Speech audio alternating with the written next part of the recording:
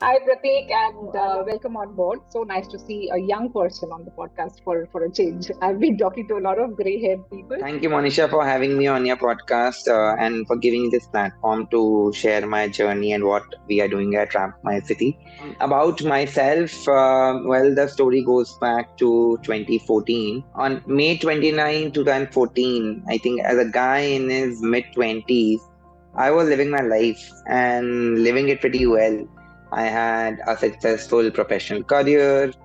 I was traveling all over the world. I had great friends, good social circle, great family, and I was about to get married. Pretty much everything that a guy in his mid 20s would dream of. But 24 hours later, on May 30th, 2014, a bad fall in an under construction building, and I was introduced to my new life, the life after a spinal cord injury, a life of no motor movement or complete paralysis below the waist, a life where I lost various other bodily functions because of a nervous system damage, a life where I became wheelchair dependent in a country which has accessibility issues, where I was seen only as a patient. Friends no longer spoke to me. People pitied me, and getting rejected became a way of living. And a life where a lot of people thought that death would be an easier option than to go through any of this. But I decided I will fight it and I will change it, not only for myself, but for millions of people out there who go through the same every day of their lives. And I think that was the real starting of Prateek Khandelwal and the startup Ram My City that we have built from there.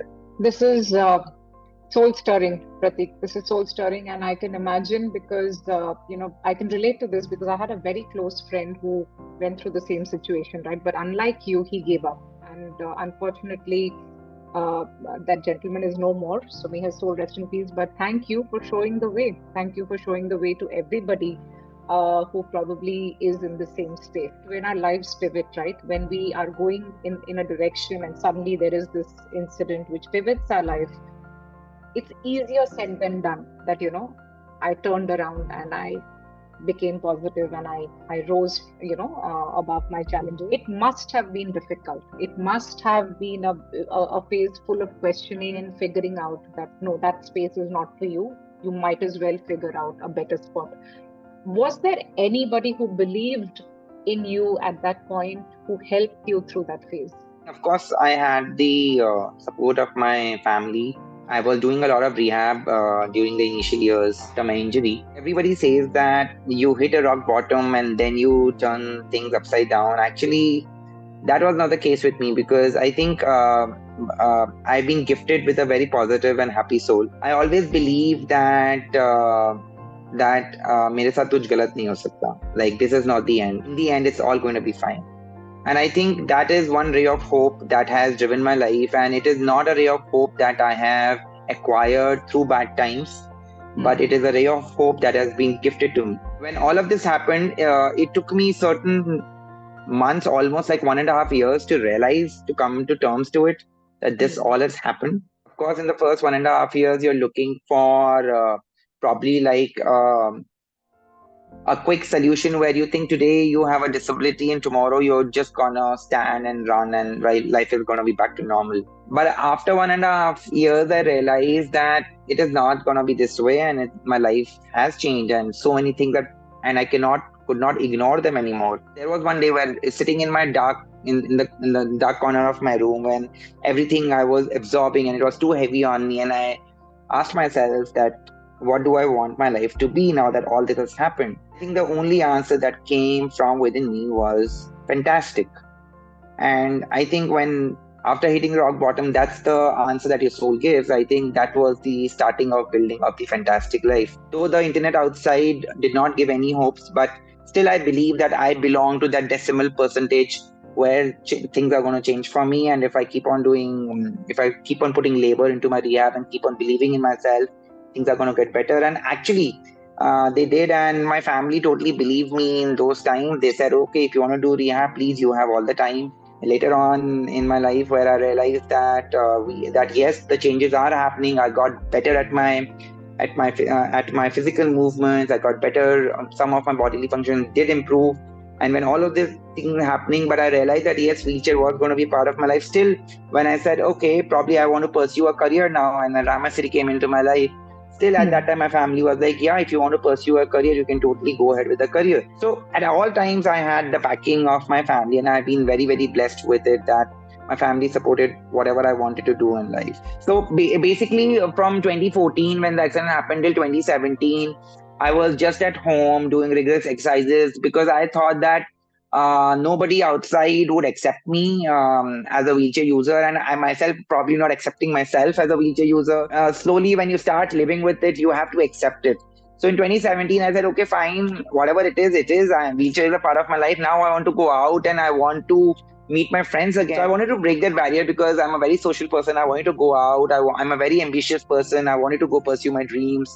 I wanted to meet friends. I wanted to travel. I'm a big time foodie. I wanted to go eat at the most popular eateries in Bangalore. And why not? Why should a wheelchair stop it?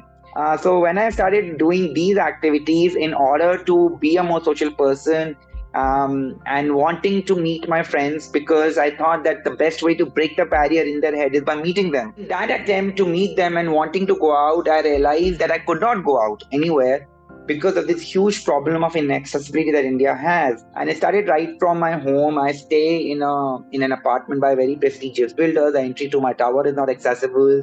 Then if I wanted to take any cab, it was not accessible. Thank God my parents are they gave me a car and driver, so I could take that car and driver and go out. But when I wanted to go out to a restaurant, not accessible. When I wanted to withdraw money, not accessible. You want to go to a public place, you want to go to a metro, you want to go to an airport. Nothing in India was accessible, and that quite shocked me because it was the first time I was realizing it. Then the next question that struck me was that how many people are there in India who face this kind of a lockdown? Because it is a lockdown, right? I wanted to know how many people are there with disabilities in India, and the numbers were quite shocking because, as per the World Bank and WHO, there are almost 150 million people in India who face this kind of disability. On the other hand, what was most shocking was what is the government census saying about it? The government in 2011 census, they have told the number to be 26 million. I was like, how wrong is the government now? 13 years back. Yeah. There's been no census since then. Can you imagine? Absolutely. And so that means as a country, we have no idea about disability. We don't care about it. We want to know about it. We don't want to build the infrastructure about it. Even if there are some advocacy happening, or even if some NGOs or some activists shouting on the top of their voices on LinkedIn or on Twitter, I thought it is very superficial, very temporary, all of this, and it is only going to lead some temporary sparks here and there. But nothing is there that is going to define the course of a country in terms of disability inclusion for its lifetime. And I think that is where I found the biggest opportunity of my life. I thought, let us put in a startup which is actually going to define the destiny of accessible India in a very prominent way. Why don't you tell us a little more about your professional journey with the startup and how it began, what you're doing with it, where are you headed with it? We started with three simple approaches, and that was, one is you have to come up with simple interventions on ground level. That means we are not going to do advocacy on policy level. We are going to be the implementation agencies who are going to do the changes on ground. My vision as a founder was keep it simple. So suggest changes which are very quick fixes, which do not take which do not need civil interventions, those kind of things. That was one. Second was make it popular.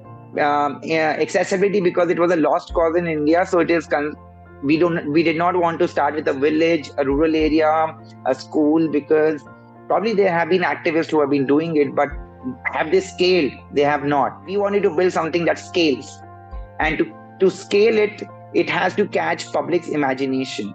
So that means I have to put the ramp where you go and visit every day. That means high places of public footfall. That is where we wanted to target. That is the place that you see now. Go back and see my post. See the places we have made accessible. Absolutely. Literally, Prateek, I've been following you like a leech. And I told you back in why, right? Because I am professionally an architect, and it used to boil my blood every time I would see a design with a ramp only in front of a wheelchair, user toilet. And that was all. I'm not sure if you know how architects think, but we always have checklists. We always have checklists when we're designing a building. It was famous at one point of time for creating or creating my checklist, because I used to always put accessibility there. You are actually somebody who's more action bound. You want to, make it seen, because seeing is believing at the end of the day. Mostly, we wanted to be a part of implementing things rather than talking about it. So I think that is the approach that we started, and the first product that we thought of was the ramp, because ramp is the most simple product in terms of visibility. Still, we saw that that ramps are not available in sufficient numbers in India, and even if they are wrong ramps with the wrong inclination, wrong designs, and everything. So we thought, why not manufacture ramps which are for every built environment, whether it be fixed ramp, permanent ramp, temporary ramp. We started manufacturing ramps from our own workshop: metallic, aluminium, wooden, different mixtures of different metals. We started supplying them in the market, and yeah, it got speed. We got hold of the food and beverage industry first, and from there we took the momentum to different kind of sectors like bank, ATM, schools, colleges, different government. Then the government started becoming a part of us because we generated that buzz during COVID.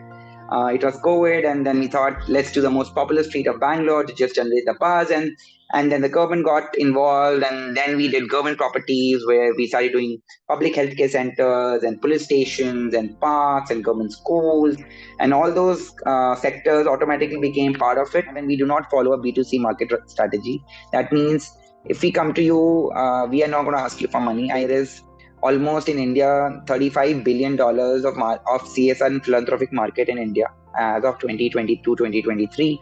Most of this money goes into education, environment, healthcare, livelihoods, and rural development. 90% of it. We at RampMyCity are trying to change that approach and saying, why don't you put this money into public infrastructure?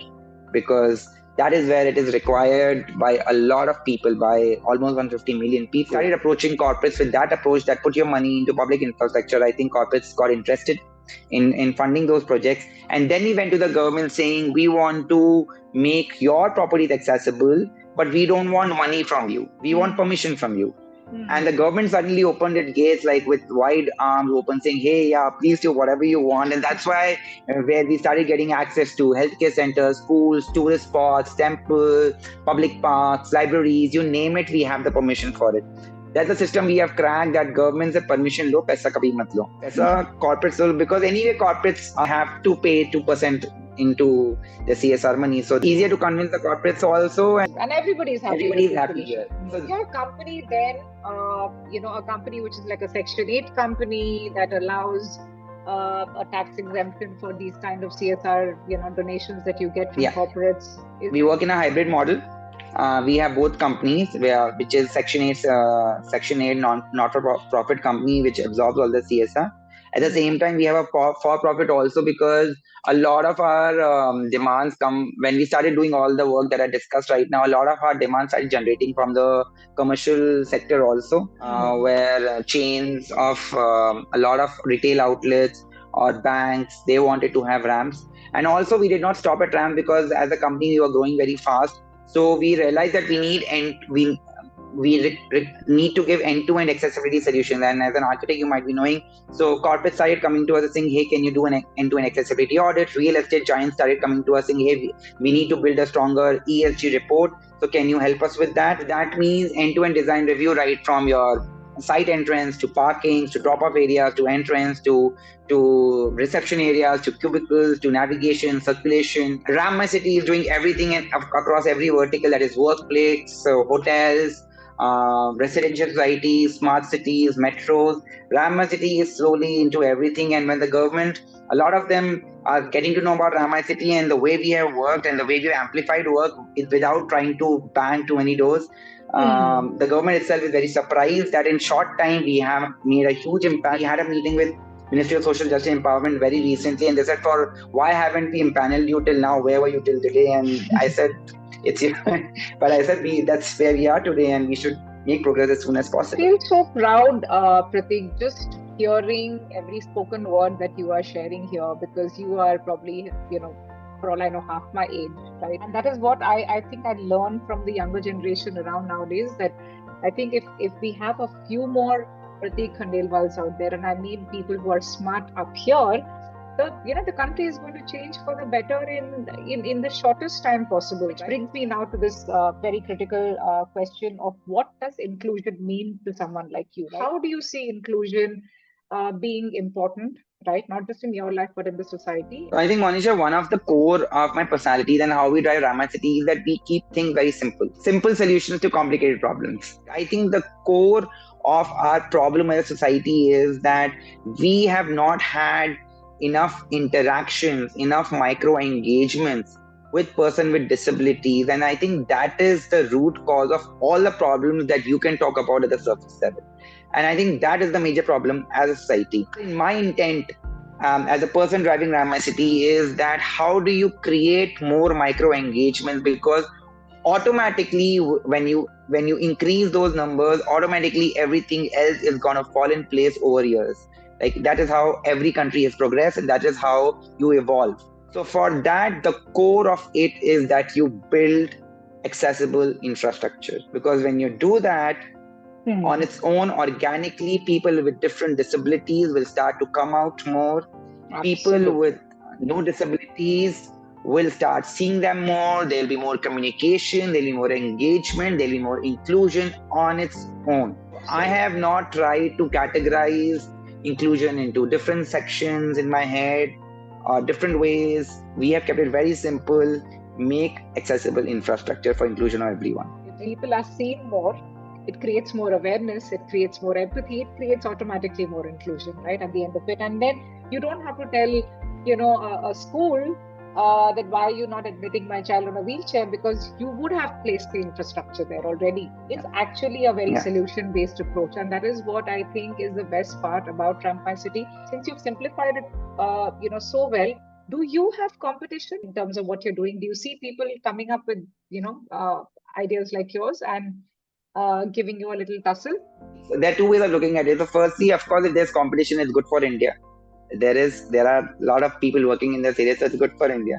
So for country's sake, of course, it's good. But from our study in the market, there are probably couple of organizations who are working into the accessibility audit space. There are a few advocates for that. And there are probably a couple of organizations who are trying to build ramps, but their model is again B2C model. That's how we see it. For anybody to be our competition, they will have to first spend 5 years that RampMyCity is spent on the streets of India, to understand our city and the ecosystem of our infrastructure and how each built environment has to be made barrier free, because it is not one solution fits all building. It's a very tedious job to collect that data from on ground that we have built from day one over 5 years. So you may find people building ramps. You may find people on LinkedIn, on social media, hey, we have a better ramp. Of course, you may have a better product tomorrow, and good, you should have. But do you have the knowledge to deploy it? Do you have that data with you? Do you know the space constraint, the site challenges that India faces today? So while you may have the product, you do not have the expertise to put that ramp. To keep my answer simple, no, we don't have competition. What about public transport accessibility, Prateek? Have you delved into that aspect of accessibility as well? You know where I'm coming from, right? Whether it is getting into a vehicle, a private vehicle, or a public transport vehicle. That's been challenging for years together. As per the Supreme Court direction, all the new buses that are coming up have to be those low floor buses, slowly coming in. But of course, just the replacing all the old buses with new buses it's a time-taking process in itself and faced with a lot of challenges. Metros, if you see, all the cities are now getting metro, but metro stations also need to be a little more disabled friendly. We have done audits of few metro stations. They are not as disabled friendly. Also, I think the problem that India is facing right now is last mile connectivity. You may make the metro accessible, but how do I reach to the metro? Exactly. I have one station right outside my gated complex, and I'm not able to get into that metro purely because there are no pavements and no ramps, even if they're pavements. So it's ridiculous. Correct. And Uber started in 2019. They started Uber Access, where they had those, I think 50, it was a CSR activity with emphasis, where they build those, they modify those 50 vehicles, where the automatic ramp comes out. Then COVID hit us and the business got hit. And of course, you have to understand with this market in India, the disability market in India as of today is not a B2C market. So if Uber was thinking that they are going to generate enough revenue from those 50 buses, It was not possible because the person with disabilities do not have that purchasing power. So they cannot afford a vehicle which is 1.5x or 2x or 3x more expensive than a normal cab. We cannot be living in a shell saying, oh, we can afford cabs. Majority of person with disabilities cannot even afford a normal cab, and we cannot run away from it. That is the reality of India. So that is why the whole all those 50 vehicles now are lying in a garage. The whole operation stopped, and it was purely because of its revenue basis. I don't see any quick solution in that. I recently went to US, and they had a very different. They had those cars where you do not need a automatic ramp, but the boots are built in a way where the ramp you can flip over the ramp and the person can come in. But we don't have those cars in India. So as far as the cabs are concerned, I think the breakthrough is a little far ahead. But as far as the buses are concerned and the metro is concerned, I think the government is taking small steps. But of course, strong advocacy will lead to a more robust public infrastructure. And I hope the government takes those steps, while RampMyCity is very engaged right now in making more accessible bus stands. The population, right, of people with disability is across strata of the society, right? It's not people who can only afford, moving around in private cabs, etc. Like you rightly said. So somewhere, unless and until I feel public infrastructure includes public transport as one of the key, bridge elements for developing accessibility, you will not be able to get a person from place A to place B, because what we are talking about is making place B accessible, right? The whole problem also is connecting these two, through transport. And today, honestly, whether it is education, whether it is employability, whether it is access to medical facilities, in terms of just going there, right? People have issues because of transportation. That's like a huge gap. Even normal public transport is overloaded. I think anything which is modular in nature, which can be fitted into an existing object, like for example, what you're doing is, let's say, fitting a ramp to an existing building. So it becomes an easier solution. Something can be done as a fitment, and that fitment can be made an easier solution, whether it is in trains, it is in buses, it is in cabs. I think that can work. Where are you headed with RampMyCity in the future? Where do you see this going, or you're just taking it as it comes? We are just in 3 cities right now, and actually in that also we have full-fledged 3 cities, that is Bangalore, Goa and Gurgaon. In which only Gurgaon and Goa we have done some projects, but not that we entirely work out of there. We are entirely right now working in Karnataka and Bangalore and the surrounding areas. Within these 3 cities and a few projects only, we have done almost 500 places. And I think the whole of India is left now. We really want to capture all the metropolitans. We want to go to Mumbai. We want to do Hyderabad. We want to have bases where there is good corporate presence. Bangalore, we have put the maximum number of ramps in Bangalore, but I always tell my team this is just a pilot of what lies ahead of us, because now is the time to scale, and we are looking to make sure that all those metropolitans that we capture in the next 2 years. And at the same time, what will happen is, as I can see from here, when you do so much work across cities, the government is not going to leave you alone. Absolutely. So it cannot go unnoticed. I know it is going to get amplified in our voice, and so there are going to be bigger projects coming up. A lot better footpaths can be built on smart cities. A lot better metro system can be made. A lot better airports can be made than what are being currently built. I hope RampMyCity will be a part of it to really define the destiny of India in terms of how accessibility goes, and I hope that is the vision that we live with, that whenever somebody talks about accessible India, they also talk about RampMyCity next to it. My accident is the best thing that has happened to me. Absolutely. Because it has really given me, it was my calling, it has really given me the way to define the whole accessibility lifeline of how a country should go about it. And I think I've been given a great opportunity. I'll be fool to not make use of it. A quote which I always believe in, which says that किस्मत के भरोसे मत बैठिए, किस्मत खुद आपके भरोसे बैठी है. So I think that is really what I go by every day.